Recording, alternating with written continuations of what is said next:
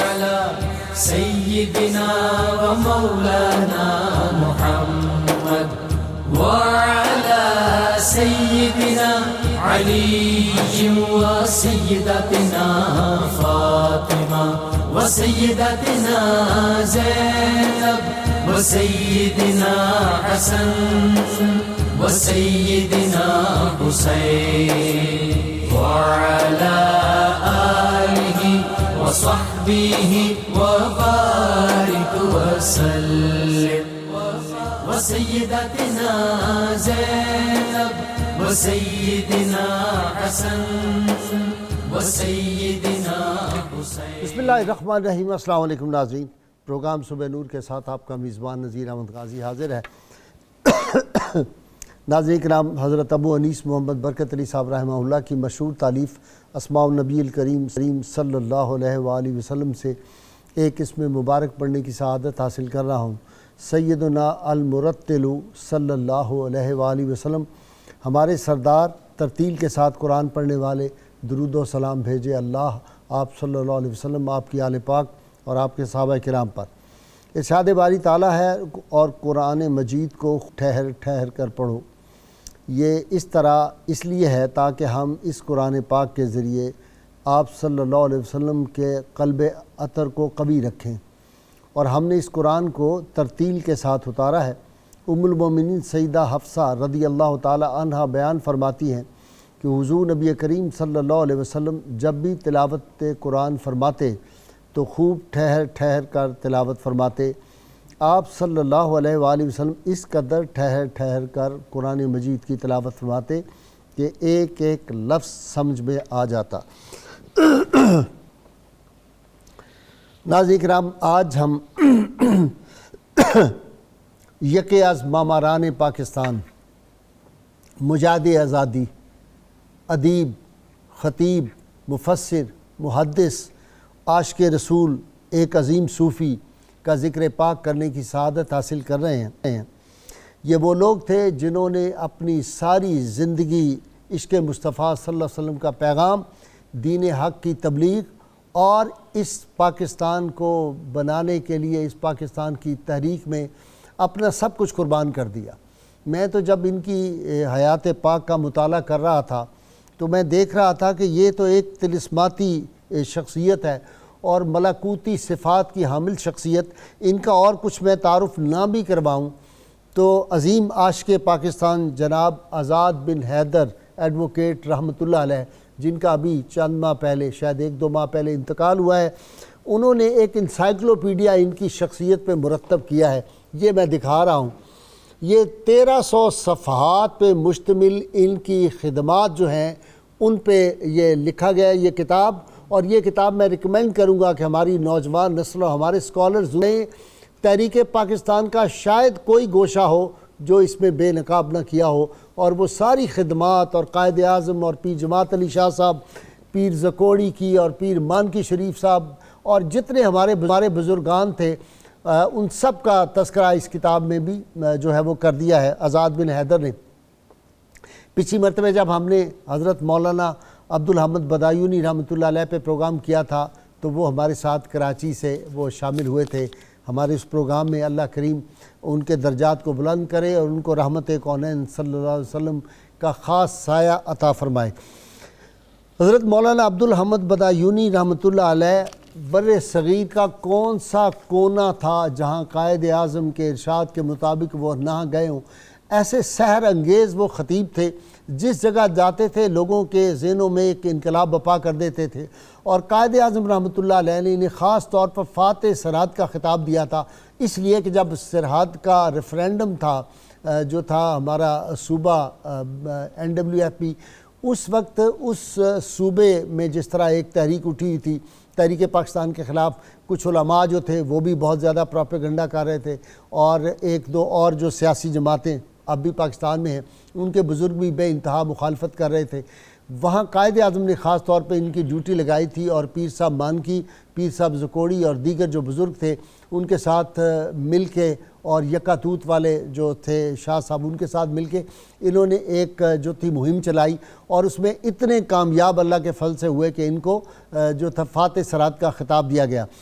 حیران ہوتا ہوں کہ اتنی مصروفیات کے بر صغیر کا کوئی کونا ایسا نہیں، راس کماری سے لے کر خیبر تک اور سلٹ سے لے کر کلکتہ تک اور ڈھاکہ تک، پورے بر صغیر کا کونا کونا، کوئی شہر کوئی قریہ بستی نہیں جہاں نہ گئے ہو۔ اس کے باوجود 40 کے قریب انہوں نے کتب بھی مرتب فرمائی، اور وہ زمانہ تھا کہ خطوط لکھے، اور قائد اعظم تو ان کے عاشق تھے۔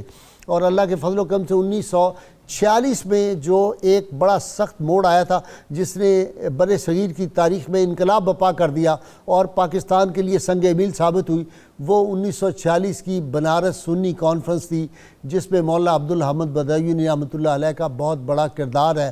محدث کچوچی رحمۃ اللہ علیہ نے جس میں صدارت کی تھی، اور وہاں علماء اہل سنت اور پیران نظام نے اس وقت اعلان کیا تھا اگر قائد اعظم بھی مطالبہ پاکستان سے دستبردار ہو جائیں تو ہم اب پاکستان بنا کے چھوڑیں گے، اور پھر ان کی کوششوں محنتوں سے یہ جو ملک تھا یہ بن گیا۔ حضرت سیدنا عثمان ذو النورین کا خون جن کی رگوں میں تھا، اور پھر انہی کے بزرگ تھے جنہوں نے حضرت مولانا فضل خیر آبادی کے ساتھ مولانا فیض احمد بدایونی رحمۃ اللہ علیہ ان کے بزرگ تھے، جنہوں نے مولانا فضل خیر آبادی کے ساتھ مل کے جہاد 1857 میں بہت بڑی خدمات سار انجام دی تھی۔ ناظرین کرام، جب ان کی پڑھتا ہوں تو علامہ اقبال کا وہ شعر یاد آتا ہے ان کے حیات کو پڑھتے ہوئے کہ نگاہ بلند سخن دل نواز جاں پرسوز، یہی ہے رخت سفر میر کارواں کے لیے۔ یہ وہ لوگ تھے جنہوں نے جن کے اخلاص جو تھے وہ کوہ صفا تھے اخلاص کے، اور مولانا محمد علی جوہر کے ساتھ تحریک خلافت اور تحریک جہاد کشمیر میں اور تحریک پاکستان میں تو حصہ لیا ہی۔ 1953 کی تحریک ختم نبوت میں قید و بند کی صعوبتیں بھی برداشت کیں، اور وہ جو دستوری خاکہ ایک بنا تھا علماء کے 22 نکات جو مشہور ہیں ان میں بھی مولانا شامل تھے۔ اسلامی نظریاتی کونسل کے آپ ممبر رہے۔ اتنی خدمات ہیں جو میں نے عرض کیا نا کہ 1300 صفحے کی کتاب جو ہے انسائکلوپیڈیا ہے ایک جو ان کی خدمات پہ ہے۔ آج ہم حضرت مولانا عبدالحمد بدایونی رحمۃ اللہ علیہ کا ذکر پاک کریں گے۔ مجھے سعادت نصیب ہوئی، میں نے 2 مرتبہ ان کی زیارت بھی کی تھی، اس دور میں جمعیت علماء پاکستان کے بانیوں میں سے تھے۔ ان کی اتنی خدمات ہیں، بس یہی کہہ سکتا ہوں کہ کیا لوگ تھے جو راہ وفا سے گزر گئے، جی چاہتا ہے نقش قدم چومتے چلیں۔ اللہم صلی علی سیدنا و مولانا محمد وعلی سیدنا علی و سیدتنا فاطمہ و سیدتنا زینب و سیدنا حسن و سیدنا حسین وعلى آله وصحبه وبارك وسلم اللهم صل على سيدنا ومولانا محمد وعلى سيدنا علي وسيدتنا فاطمة وسيدتنا زينب وسيدنا حسن وسيدنا حسين وعلى آله وصحبه وبارك وسلم۔ میں ابتدا کر رہا ہوں جناب ڈاکٹر طاہر حمید تنولی صاحب سے۔ جی ڈاکٹر صاحب، مولانا عبدالحمد بدایونی ملکوتی صفات کی حامل شخصیت۔ جی بھائی صاحب، بڑا اچھا آپ نے انٹروڈکشن کروا دیا۔ عرض ہے کہ یہ جو تحریک پاکستان تھی، پاکستان کے قیام کی جد و جہد تھی، یہ بیک وقت سیاسی جنگ بھی تھی اور نظریاتی جنگ بھی تھی، یعنی دونوں محاذوں پر مسلم لیگ کو جنگ لڑنا تھی، کنونس بھی کرنا تھا اور پولیٹیکلی لوگوں کا اوپینین بھی ون کرنا تھا، اور اس کے ساتھ پھر کانگریس اور انگریز کے ساتھ ان کی جو سازشیں تھیں ان کا تدارک بھی کرنا تھا۔ بھائی صاحب، قائد اعظم کے وہ سپاہی جو سارے محاذوں پہ سرگرم تھے ان میں مولانا عبدالحمد بدایونی ہیں۔ واہ! یعنی سیاسی محاذ، عوامی محاذ اور نظریاتی محاذ، اور اتنی بڑی شخصیت تھے. 1898 میں آپ پیدا ہوئے اور مدرسہ قادریہ کانپور سے انہوں نے ابتدائی تعلیم حاصل کی. جیسے آپ نے بتا بھی دیا, اور طبیب بھی تھے, شاعر بھی تھے, صوفی بھی تھے, عالم دین بھی تھے, اچھا ڈاکٹر صاحب محقق مجھے بھی ایک تھے. بات بتا دو, میں ان لوگوں کو پڑھتا ہوں, مجھے یہ نہیں سمجھ آتی یہ سوتے کب تھے, یہ لکھتے کب تھے. یعنی انگلینڈ بھی گئے, مصر بھی گئے, شام بھی گئے, فلسطین بھی گئے, اور روس بھی گئے, چین بھی گئے, اس کے بعد سعودی عرب میں وہ جو ٹیکس ایک زمانے میں لگ گیا تھا بہت زیادہ حاجیوں پہ, وہ بھی سارا ختم کرایا, اور فلسطین کی آزادی میں بھی. یہ کہاں تھے جی؟ مجھے تو سمجھ نہیں آتی. کوئی خاص قدرت کی برکت ہوگی کہ ان کے وقت میں برکت ہو جاتی. ویسے ہی ان کی کوششوں میں برکت تھی, ان کے وقت میں برکت تھی. حسن نیت اور اخلاص جو ہے وہ آپ کے اعمال میں برکت دے دیتا ہے, اور اللہ کی تائید و نصرت آپ کے شامل حال ہو جاتی ہے. وہی کاوشیں جو دوسرے لوگ کر رہے ہوتے ہیں ان سے زیادہ نتائج اللہ رب العزت آپ کو عطا کرتا ہے. تو ان کی شخصیت میں جو زہد و تقویٰ میں نظر آتا ہے, جیسے میں نے عرض کیا کہ اس کے بعد پھر انہوں نے روحانی تربیت حاصل کی. اپنے زمانے کی بڑی شخصیت تھے خواجہ نصیر الدین رامپوری, اور ان کے ساتھ ان کی نسبت تھی جن کے یہ سلسلہ چشتیہ اور قادریہ میں خلیفہ بھی تھے.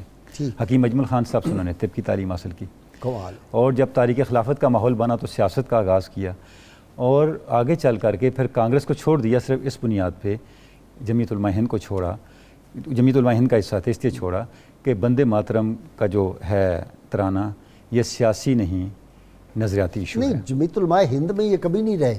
یعنی جمعیت علماء ہند بھی ایک طرح سے کانگریس کا حصہ تھی. کیونکہ تاریخ خلافت کا تھا نا, تو وہ ایک ہی فورم تھا, تو اس سے الگ ہو گئے, کیونکہ اسی سے یہ موقف سامنے آیا نا کہ یہ جو ہے یہ ایک سیاسی ایشو ہے, نظریاتی ایشو نہیں ہے. اور مولانا کا موقف اس کے بالکل برعکس تھا. اچھا, اس کے بعد 37 میں انہوں نے مسلم لیگ کو جوائن کر لیا, اور مسلم لیگ میں ان کا اتنا ایکٹیو رول تھا کہ جب الیکشن ہوا تو بدایوں وہ جگہ تھی جہاں سے 100% مسلم لیگ کو ووٹ ملے, اور اسے قائد اعظم نے منی پاکستان قرار دیا. یعنی یہ عالم. اور جب 38 میں قائد اعظم نے فیصلہ کیا کہ ہر ضلع سے, ہندوستان کے ہر ضلع سے ایک ایکٹیو کارکن کو لیا جائے تاکہ مسلم لیگ کو فعال کیا جائے, تو بدایون سے جس کو لیا گیا وہ مولانا عبدالحامد بدایونی تھے. یعنی قائد اعظم کا ان کے اوپر اتنا زیادہ اعتماد تھا. تو جیسے ابھی آپ نے ذکر بھی کر دیا کہ پورے ہندوستان کے اندر انہوں نے جس طرح مسلم لیگ کی کیمپین کو چلایا, جیسے آگے ہم تفصیل سے ذکر بھی کریں گے, اور سرحد کے اندر اور بقیہ علاقوں کے اندر اس کی مثال نہیں ملتی. حملہ بھی صبح سرحد میں ہوا تھا, بلا شبہ وہ بھی تھا, اور اس میں یہ بچ گئے. بلکہ اس کے اندر میں یہ عرض کروں, اب دیکھیں ان کی اپروچ کیسی تھی. جب قائد اعظم نے ان کی ڈیوٹی لگائی, وہ سرحد گئے, تو وہ وہاں بھی ڈاکٹر خان صاحب سے بھی ملے جو غفار خان کے بھائی تھے. ان کو کنونس کیا, ان کو پورا سمجھایا بھئی آپ کی بقا اس کے اندر ہے. اس کے بعد پھر وہ عوامی مہم کی طرف آئے, عوامی مہم انہوں نے شروع کی. تو ان کی ایک بہت ہی میچور پولیٹیکل اپروچ تھی. گفتگو میں ایک جادوئی اثر تھا ان کے, بہت غیر معمولی. آپ کی طرف آ جاتا ہوں جی. کمال کی بات ہے جی. لیکن اب ہمارا حال یہ ہے, کوئی کارواں سے ٹوٹا کوئی بدگماں حرم سے, کہ امیر کارواں میں نہیں ہوئے دل نوازی. ہاں, یہ بات آپ کی صحیح ہے کہ امیر کارواں میں ہوئے دل نوازی نہیں ہے, مگر مقصد اور مقصود میں رہتی ہے. اور جو ان کا مقصد تھا انہوں نے پایا, اور جو ان کا مقصود تھا وہ ہو کے رہے گا. ان کی شخصیت یہ ہو کے رہے گا, ہو کے رہے گا. لوگ مجھے کہتے ہیں کہ یہ یوسف فلان جب آتا ہے یہ بڑی امید کی باتیں بتاتا ہے, وہ کب ہوں گی؟ اب یہ ہے کہ آدمی یہ کہے کہ یہ فلاں سن, مگر بہت قریب ہے یہ بادل اپنے تمام کالی گھٹاؤں کے ساتھ نابود ہو جائیں گے. ان کا نام و نشان نہیں رہے گا, کیونکہ پاکستان بنایا پاک لوگوں نے تھا, پاک نیت سے بنایا تھا. سبحان اللہ. اور ساری زندگی جیسے آپ نے کہا کہ صبح و شام ان کا اوڑھنا بچھونا پاکستان کے لیے تھا, اسلام کے لیے تھا. اور ان کی شخصیت کو اگر ہم دیکھیں تو انہوں نے پاکستان میں 2 بڑے احسان یہ کیے تھے کہ بلوچستان کی پاکستان کے ساتھ ایکسیشن, قاضی عیسیٰ صاحب کے ساتھ, میر ظفر اللہ جمالی کے ساتھ, اسی طرح ریفرینڈم جو ہے ایسٹ پاکستان یہ فرنٹیئر کا جو اب KPK کہلاتا ہے, وہاں سرحدی گاندھی کے جو اثرات تھے ان کو زائل کرنا. اور وہاں پر ایک کانگریس نے, برٹش گورنمنٹ نے ایک کانسپریسی بھی چلا رکھی تھی کہ ہم فرنٹیئر کو پاکستان سے علیحدہ کر دیں گے. ٹھیک, یہ وہ خدمات ہیں جو لازوال ہیں. واہ. قائد اعظم تھے تو ان لوگوں کی وجہ سے تھے. مسلم لیگ کامیاب ہوئی تو ان لوگوں کی وجہ سے ہوئی. یہ لوگ پورے ہندوستان میں صبح و شام قائد اعظم کا پیغام پہنچاتے تھے, اسلام کا پیغام پہنچاتے تھے, مسلم لیگ کا پیغام پہنچاتے تھے. اور مسلم لیگ کی تنظیم نو جب ہوئی 1937 میں, تو اس وقت مسلم لیگ میں شامل ہوئے ہیں, اور پھر تا حیات مسلم لیگ میں رہے ہیں. اور مسلم لیگ کا نظریاتی پہلو بھی انہوں نے کبھی نہیں چھوڑا. ختم نبوت کے حوالے سے یہ اہم سرگرم رکن رہے ہیں. اور بہت بڑی اس تحریک میں ان کی کنٹریبیوشن ہے. اور پھر یہ ہے کہ جو قرارداد پاکستان منظور ہوئی ہے جس میں ان لوگوں کا وہ ایک عوامی دباؤ اور دینی دباؤ تھا جس کی وجہ سے جلد از جلد یہ کی گئی، اور سیکولرزم کے سخت خلاف تھے، لبرلزم کے سخت خلاف تھے. اور اپنے دور میں یعنی پاکستان سے بعد میں بھی محبت کا یہ عالم تھا کہ کشمیر ایشو کو اب تو یعنی بنی ہوئی ہیں نا کمیٹیاں اس وقت بے لوث انداز میں 65 کی جنگ میں انہوں نے پورے پاکستان میں دورے کیے اور جہاد کی اہمیت بہت ضعیف تھے. جی میں نے اسی زمانے میں سنا ان کو. جی پھر انہوں نے اس وقت چندہ اکٹھا کیا لاکھوں میں جو کشمیری لوگوں کو دیا گیا، فوج کو دیا گیا، وہاں پہ مظلوم لوگوں کو دیا گیا. پھر انہوں نے کشمیر ایشو کو پورے عالم اسلام میں مشہور یعنی وزٹ کیا، ہائی لائٹ کیا. پھر چین اور یعنی روس بھی گئے، بلکہ ان دوروں کی تو کتابیں بھی لکھی اپنے سفر نامے میں لکھی ہے. اور پھر اچھا ان کے ساتھ مولانا شاہ محمد نورانی صدیقی رحمۃ اللہ علیہ عبدالحلیم صدیقی صاحب شامل تھے، اور عبدالحلیم صدیقی بھی ان کے ساتھ باہر کے دوروں میں شامل ہیں، سعودی عرب میں جب گئے تو. ہاں جی بالکل. یہ اپنے دور کے جید اور نمایاں ممتاز علماء میں شامل تھے. آپ اس دور کے کسی بھی عالم دین کا نام لیں، اولیاء اللہ خاص طور پر، کیونکہ پاکستان کی تحریک کا کمال یہ ہے کہ تمام ہندوستان کے اولیاء مشائخ گدی نشین 100% پاکستان کے حق میں تھے. 1940 کی قرارداد پاکستان جب پیش ہوئی ہے یہاں مینار پاکستان پہ، تو اس میں بھی شامل تھے اور آگے تھے. اس کی وہ جو آرگنائزنگ کمیٹی کی قرارداد پر ان کے دستخط ہیں، تقریر ہے. جن لوگوں نے دستخط کیے تو اس میں شامل ہے. لدھیانہ میں جب پاکستان کے حق میں تقریر کی، یہ 41-42 کی بات ہے، تو 3 گھنٹے تقریر کی. وہ سحر انگیزی یہ ہے کہ یہ بولتے تھے اور لوگ ان کو سنتے تھے. اچھا بڑی شخصیت بھی بڑی دل آویز تھی، بہت زیادہ. میں نے تو ان کو دیکھا ہے نا، کیا خوبصورت سٹائل تھا جب وہ آتے تھے. تو اچھا جی ذرا ڈاکٹر صدیق صاحب سے بھی بات کر لیں. جی ڈاکٹر صاحب آپ آواز سن رہے ہیں میری؟ جی جناب.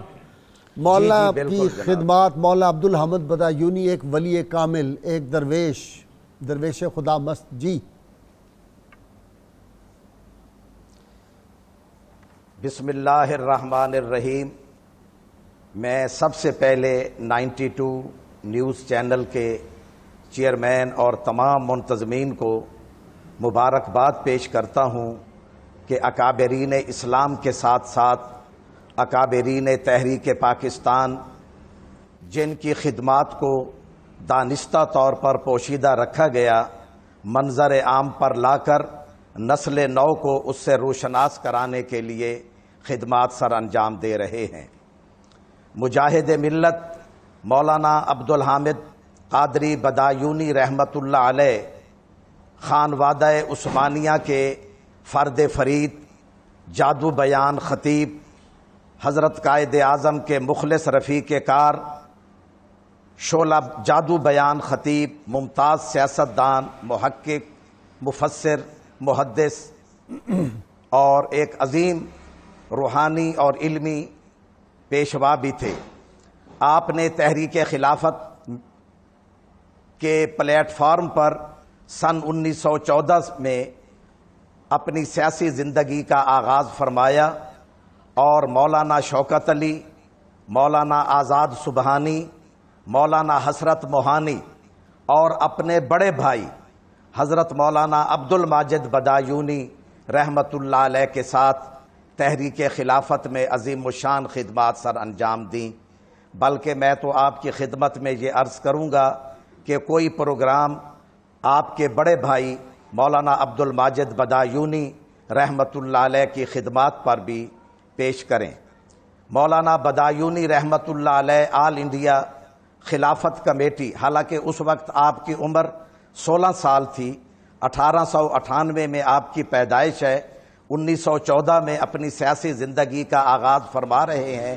16 سال کی عمر میں آل انڈیا خلافت کمیٹی کے ممبر بھی ہیں اور ڈسٹرکٹ خلافت کمیٹی بدایوں کے جنرل سیکریٹری بھی تھے. اتنی عظیم شخصیات کے ساتھ آپ نے خدمات سر انجام دیں اور آل انڈیا مسلم لیگ کے اجلاس میں پہلی مرتبہ سن 1918 میں آپ نے شرکت فرمائی، اور یہ اجلاس دہلی میں منعقد ہوا تھا شیر بنگال مولوی A.K. فضل الحق کی صدارت میں۔ اور اس اجلاس کی خصوصیت یہ تھی کہ اس اجلاس میں پہلی مرتبہ بر صغیر کے علماء کی کثیر تعداد حضرت مولانا عبد الباری فرنگی محل رحمۃ اللہ علیہ کی زیر قیادت شروع ہوئی، اور جس میں آپ نے خطاب فرمایا۔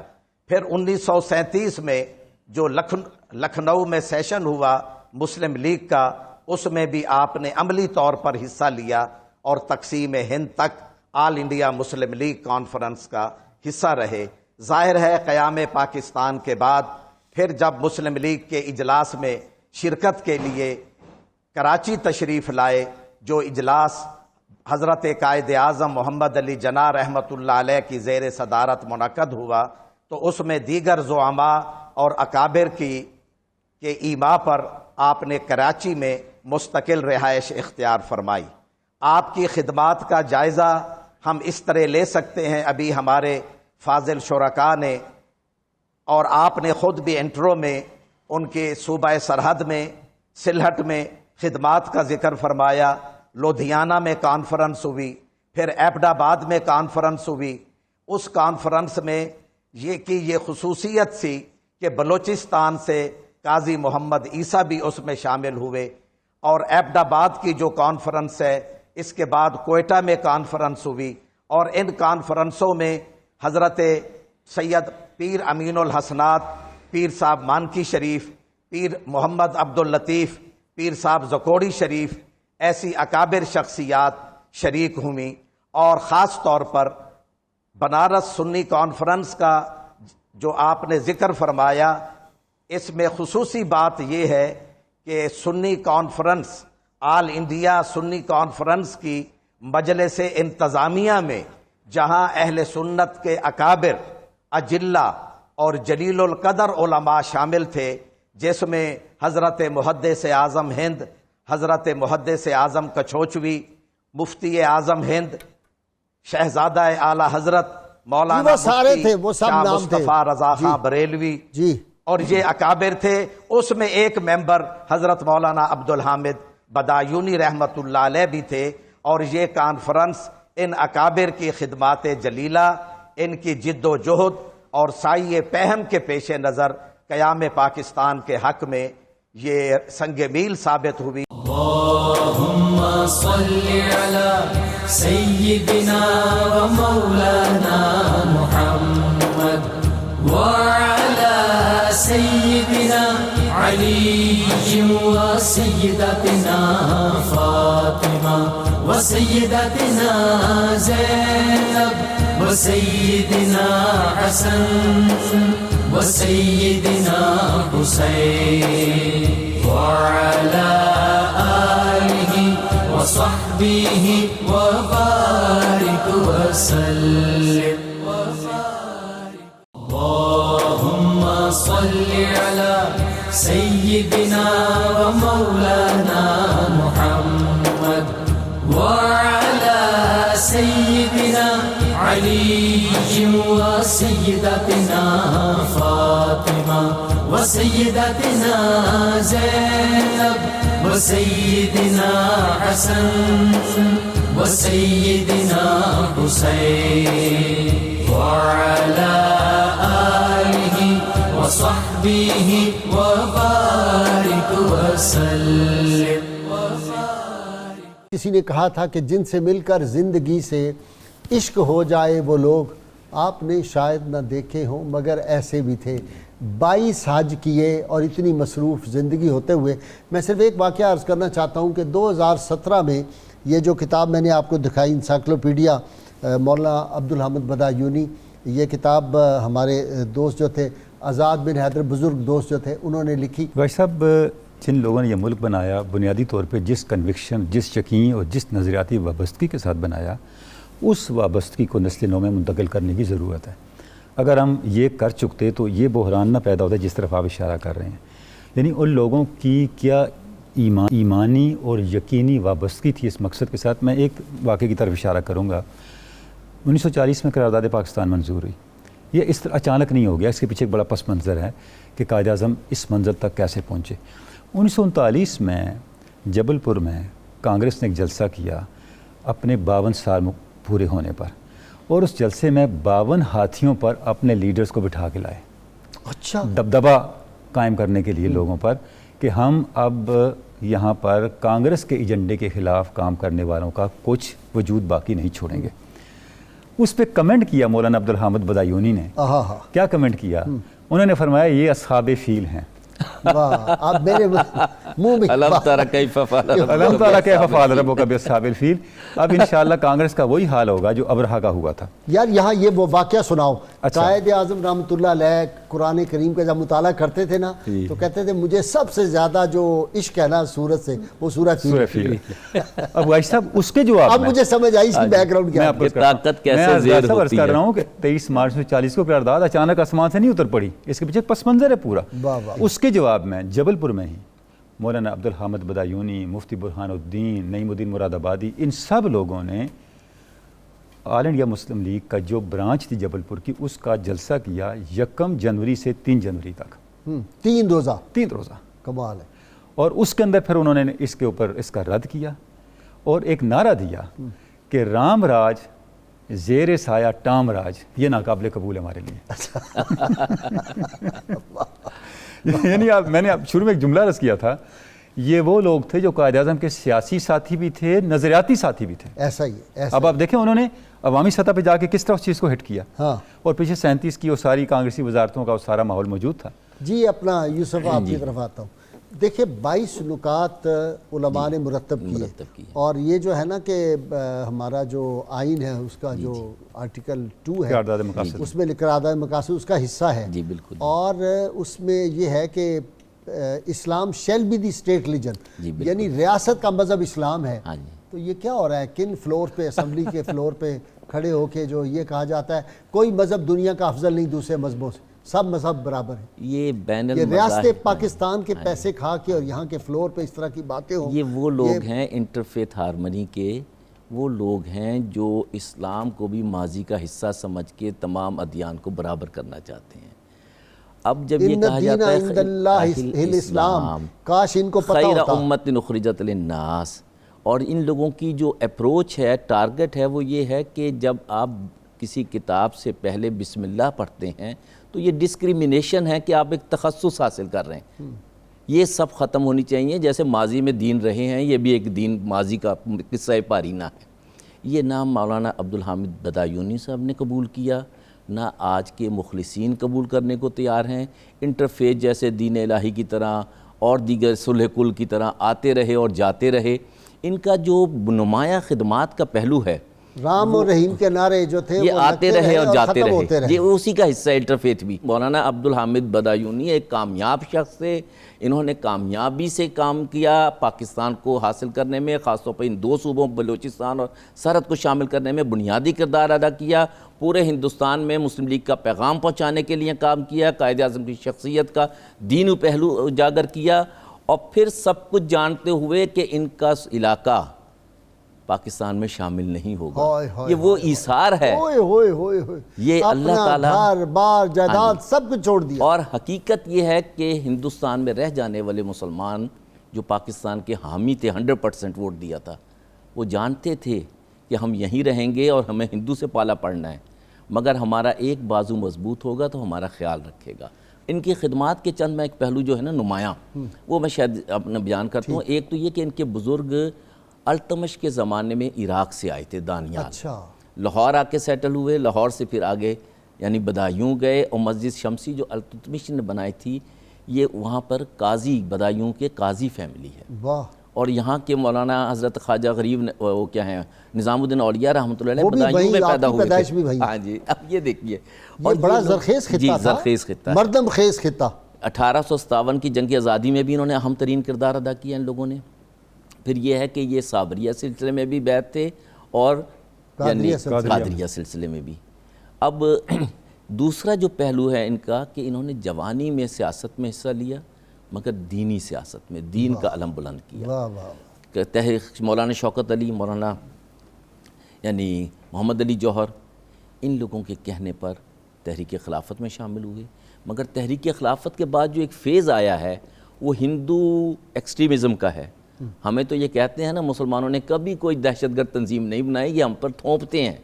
کبھی مسلمانوں نے غیر مسلموں پر حملہ نہیں کیا، مگر غیر مسلموں کو بھی اپنی حیثیت میں رہنا چاہیے اور اپنے مذہب کے مطابق چلنا چاہیے، دوسرے کے مذہب میں مداخلت نہیں کرنی چاہیے.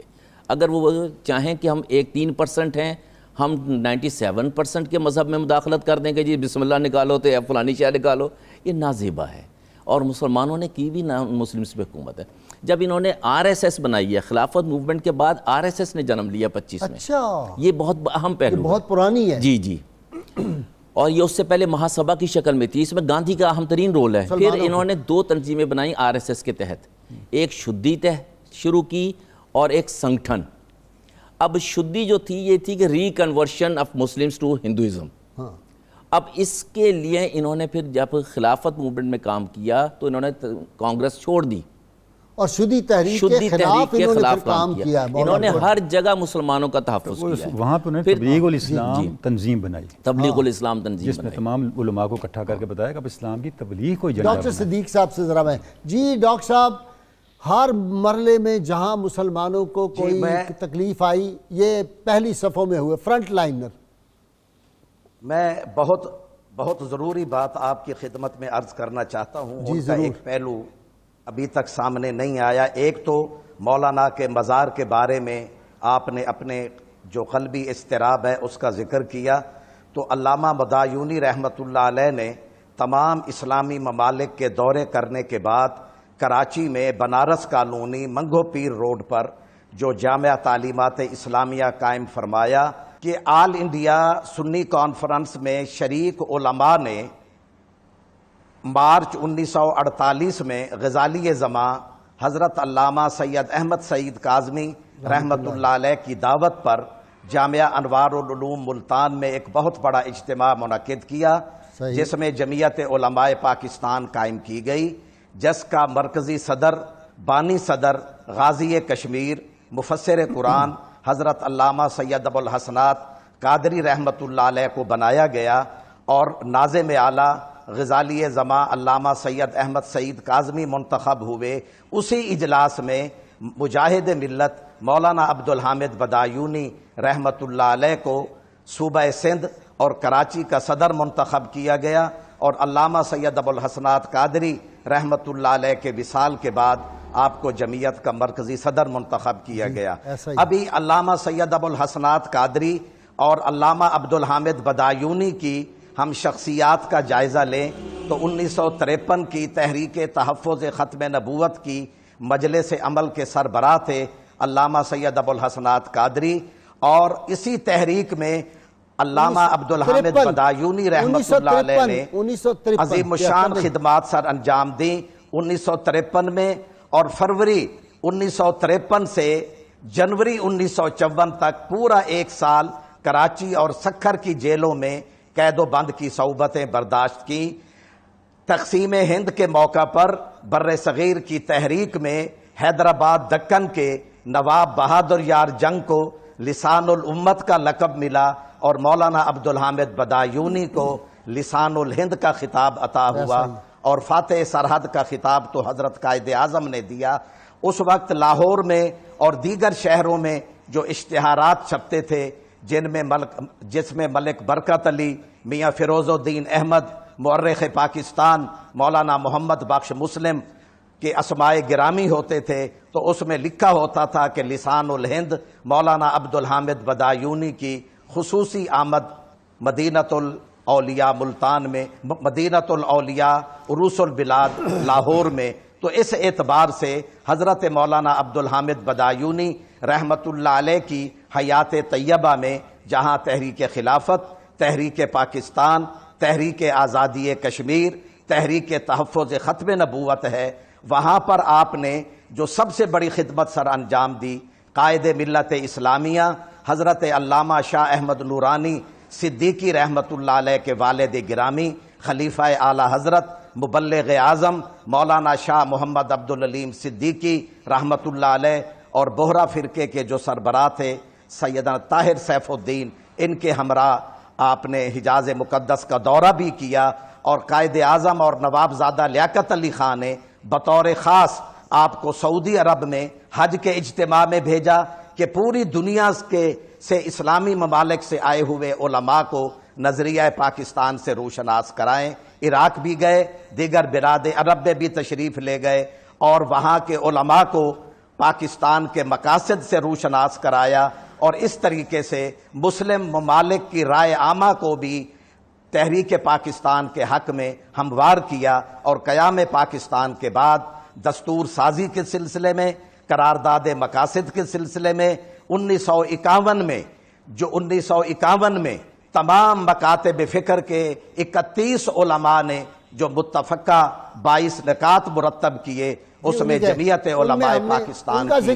نمائندگی مولانا عبدالحامد بدایونی۔ بہت شکریہ آپ کا۔ اللهم صل على سيدنا ومولانا محمد وعلى سيدنا علي وسيدتنا فاطمة وسيدتنا زينب وسيدنا حسن وسيدنا حسين وعلى آله وصحبه وبارك وسلم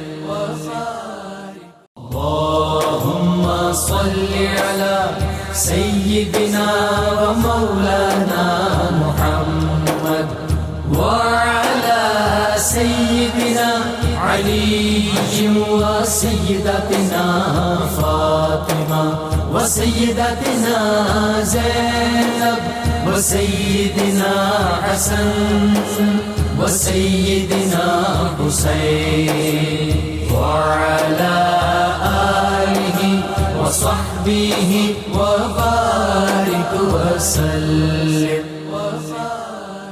ناظرین کرام، کتاب الشفا سے جی نسخے کا وقت ہو گیا۔ سرکشی ختم کرنے کا نسخہ ہے جی، سرکش اولاد یا جانور ہو یا کوئی سیاستدان ہو، ان کو مطیع کرنے کے لیے اس کے دائیں کان میں سورہ آل عمران کی آیت نمبر 83 پڑھ کر دم کریں، انشاءاللہ بہت جلد سرکشی ختم ہو جائے گی۔ امام حسن عسکری علیہ السلام ارشاد فرماتے ہیں، جو شخص دنیا میں اپنے مومن بھائیوں کے ساتھ تواضع اور انکساری کے ساتھ پیش آتا ہے، خدا کے نزدیک اس کا شمار صدیقین اور صلحاء میں ہوتا ہے۔ جی سہیل۔ نہ مرنے کا غم ہے نہ جینے کی خواہش، نہ مرنے کا غم ہے نہ جینے کی خواہش، مدینے کا غم ہے مدینے کی خواہش، مدینے کا غم ہے مدینے کی خواہش۔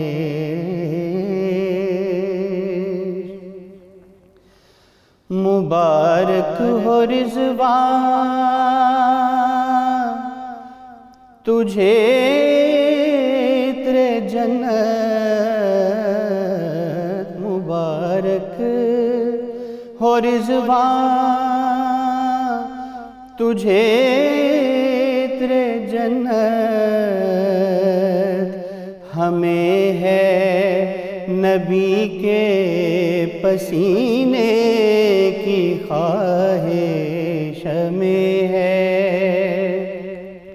نبی کے پسینے کی خواہش، ہمیں ہے نبی کے پسینے کی خواہش۔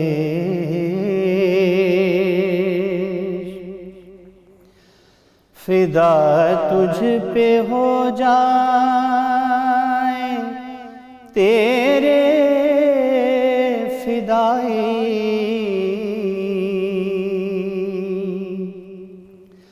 فدا تجھ پہ ہو جائیں تیرے فدائی، یہ خواہش ہے کہیے قرینے کی خواہش، خواہش ہے کہیے قرینے کی خواہش،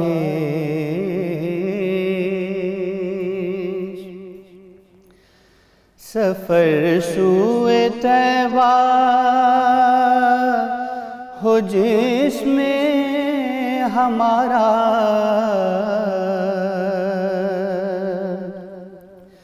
سفر سوئے طیبہ ہو جس میں ہمارا، ہے اس سال کی اس مہینے کی خواہش، ہے اس سال کی اس مہینے کی خواہش،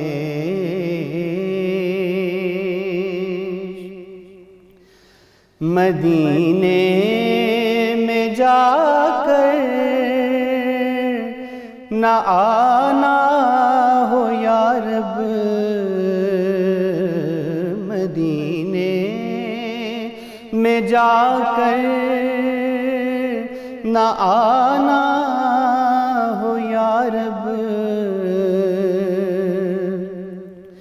ہو اس طرح پوری مدینے کی خواہش، ہو اس طرح پوری مدینے کی خواہش، اللہم صلی علی سیدنا و مولانا محمد وعلی سیدنا علی و سیدتنا فاطمہ و سیدتنا زینب و سیدنا حسن و سیدنا حسین وعلی آلہ وصحبہ وبارک وسلم۔